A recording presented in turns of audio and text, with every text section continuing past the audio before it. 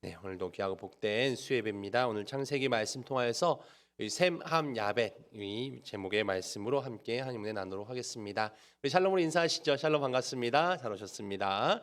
네, 오늘도 수예배 가운데 나오신 여러분들 진심으로 환영하고요. 수예배만 볼 수 있는 우리 귀한 자녀들도 반갑고 좋습니다. 감사하고요. 네, 이제 3월이 시작되어서 우리 자녀들은 학교에 갔을 것 같은데 또 네 어떤가요? 또 새 학교에 잘 적응하고 계신가요?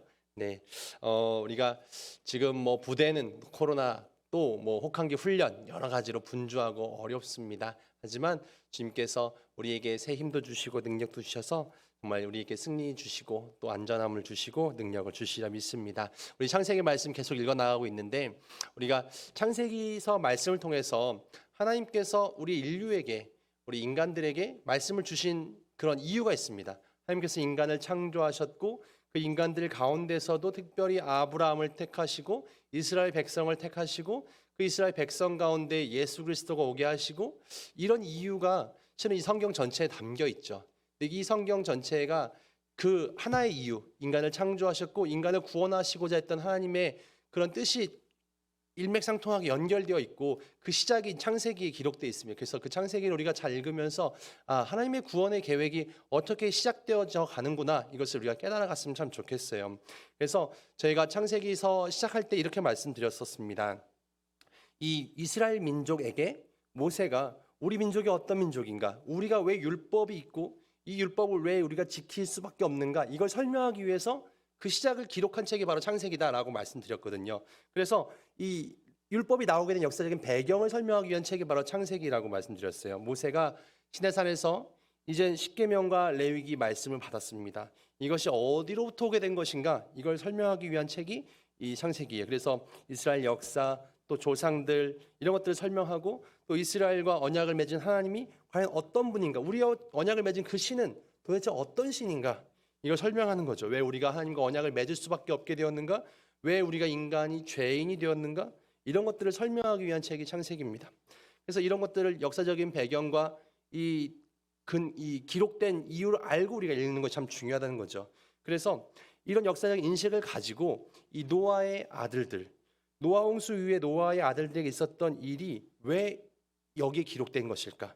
왜 하나님께서는 이런 사건을 기록해 놓으신가? 제가 잠깐 말씀드렸지만 이 노아가 술 먹고 뻗어갖고 잔 일이 좀 부끄러운 일이겠지만 대단히 엄청 큰 사건이 아닐 수 있거든요.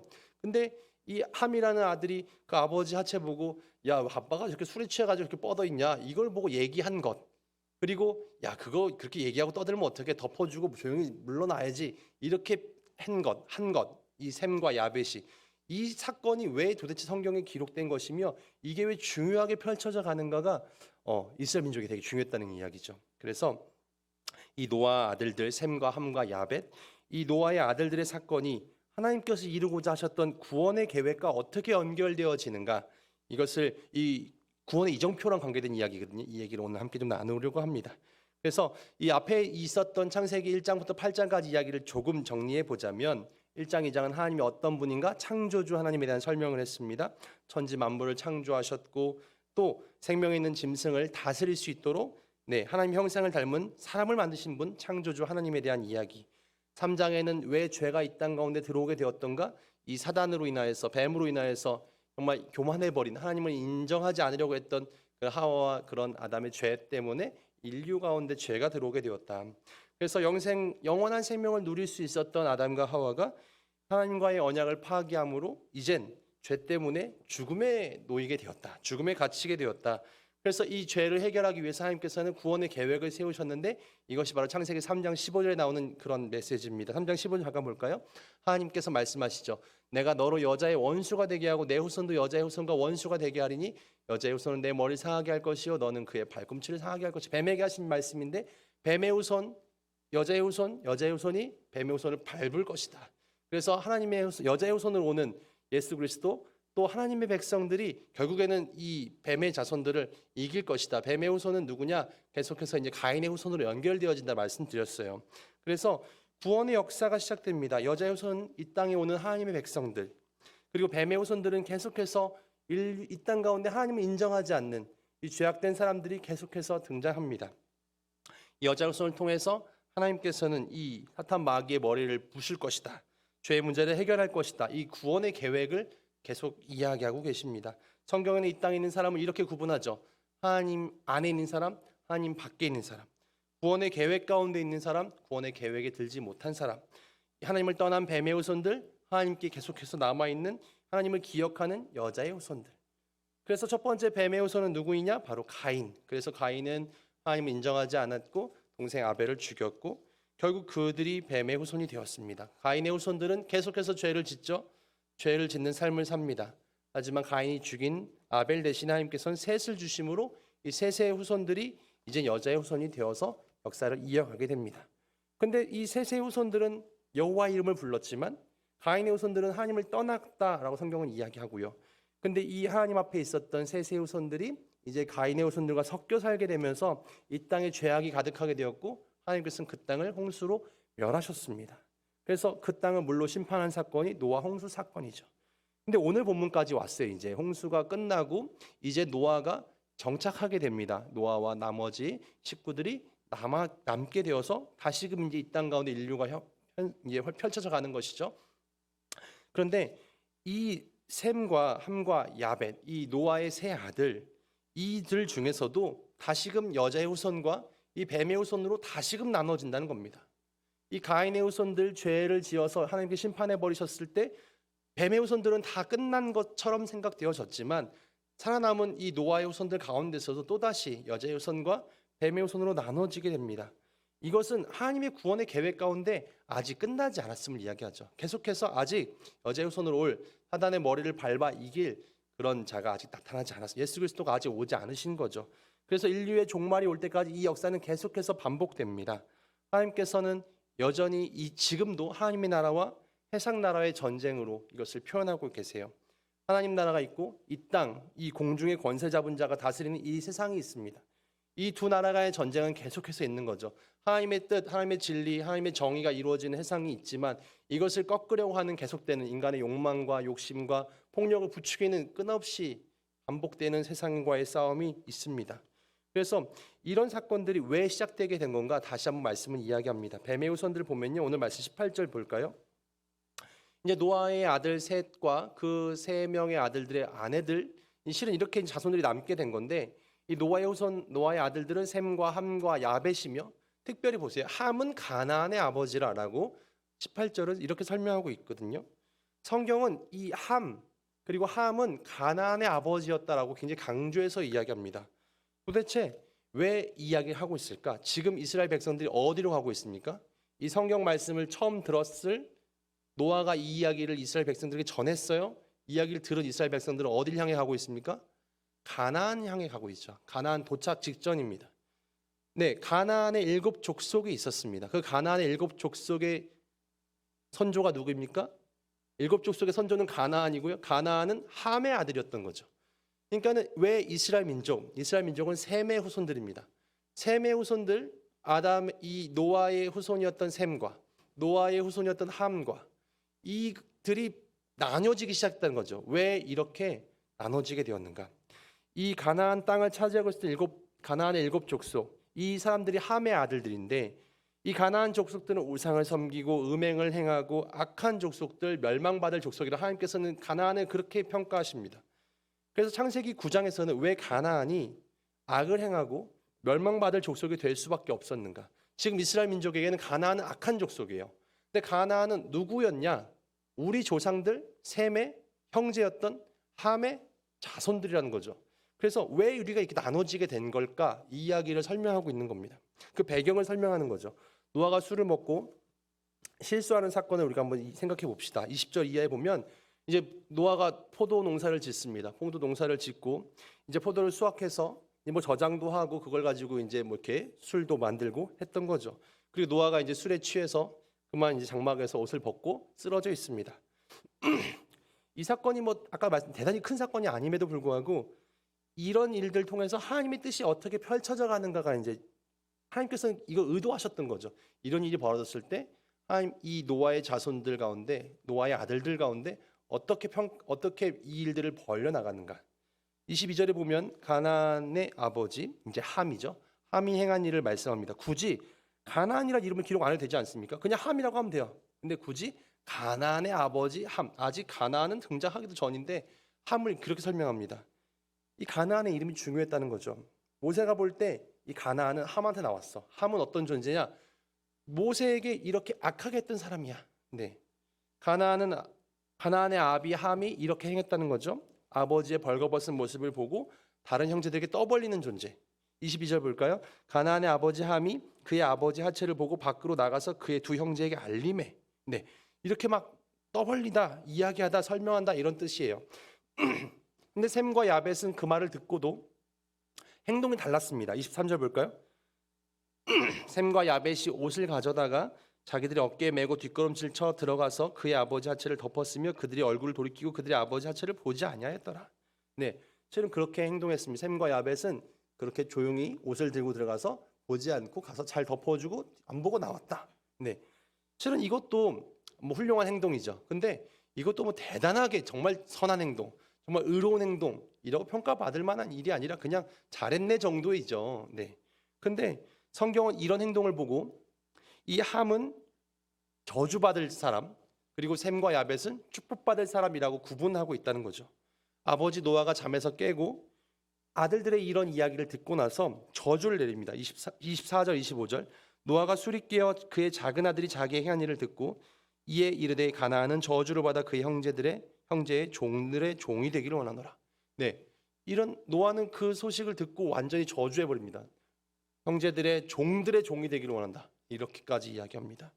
성경에서 저주는 아무에게나 내리지 않습니다.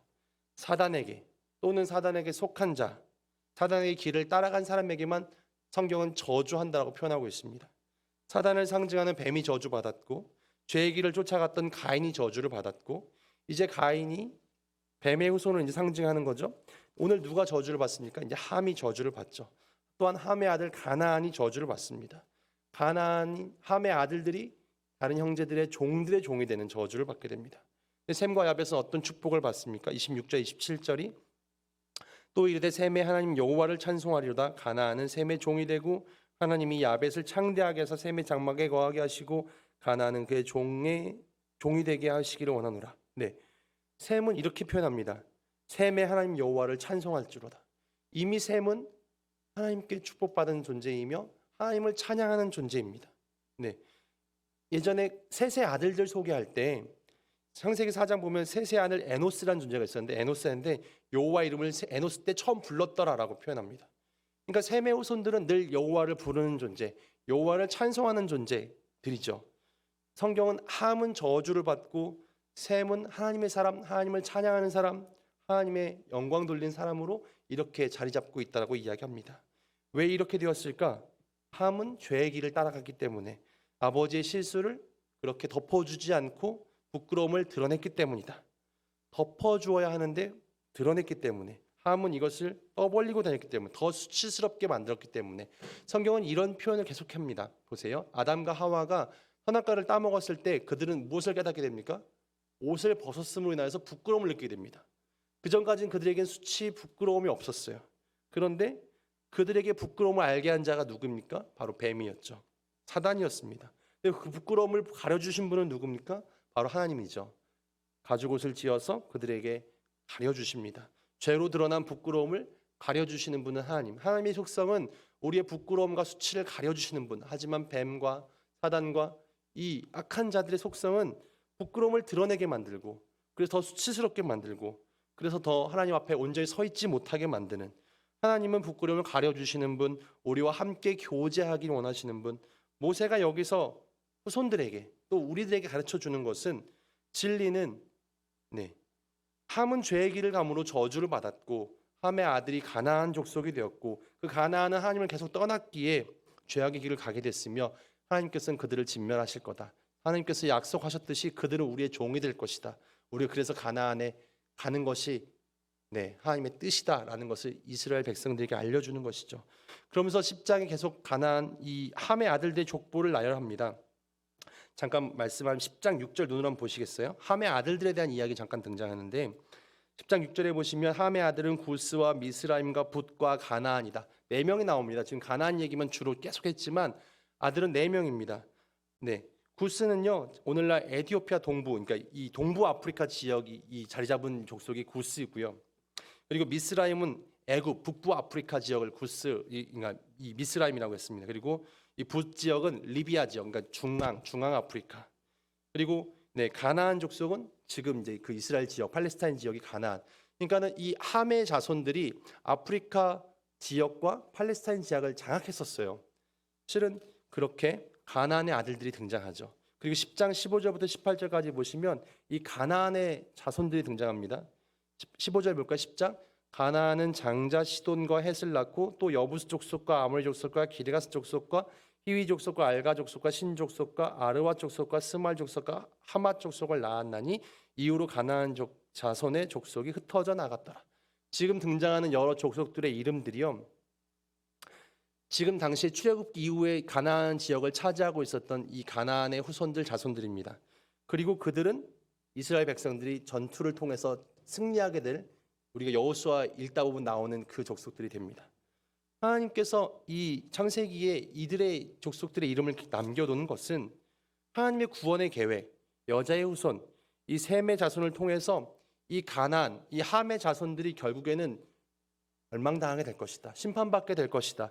셈의 아들 중에 아브라함이 나오고 아브라함의 아들 중에 이삭과 야곱 12아들, 그들이 이스라엘 나라가 되어서 가나안 땅, 저주받은 땅, 그 뱀의 후손을 상징하는 그 나라를 빼앗게 하겠다. 하나님의 구원의 계획이 여기 담겨 있습니다. 하나님께서는 뱀의 후손의 땅을 여자의 후손에게 돌려주십니다. 하나님의 계획, 누가 이루어 가시는가? 하나님의 계획 가운데 하나님께서 이루어 가십니다. 너희들은 내 약속을 믿고 따라오면, 내가 그 약속을 믿고 따라오면 주겠다. 가나안의 땅을 너희들에게 주겠다. 하나님께서는 그렇게 약속해 주고 계십니다. 창세기 12장 5절에 아브라함을 불러서 이렇게 말씀하십니다. 창세기 12장 5절 아브라함이 그의 아내 사레와 조카 롯과 하란에서 모은 소유와 얻은 사람들 이끌고 가나안 땅으로 가려고 떠나서 마침내 가나안 땅에 들어갔더라. 누가 들어갑니까? 아브라함이 들어가는 거죠. 하나님께서는 그 땅을 누구에게 줍니까? 가나안 땅을 너와 내 자손에게, 아브라함 그 셈의 후손에게 주겠다. 믿으라 라고 계속 반복해서 이야기합니다. 아브라함에게 몇 번 반복하죠. 그 아들 이삭에게도 계속 반복합니다. 야곱에게도 마찬가지였어요. 하나님께서는 계속 그렇게 말씀하시죠. 창세기 15장에도 하나님의 약속, 아브라함에게 한 약속 볼까요? 창세기 15장 18절 한번 띄워주세요.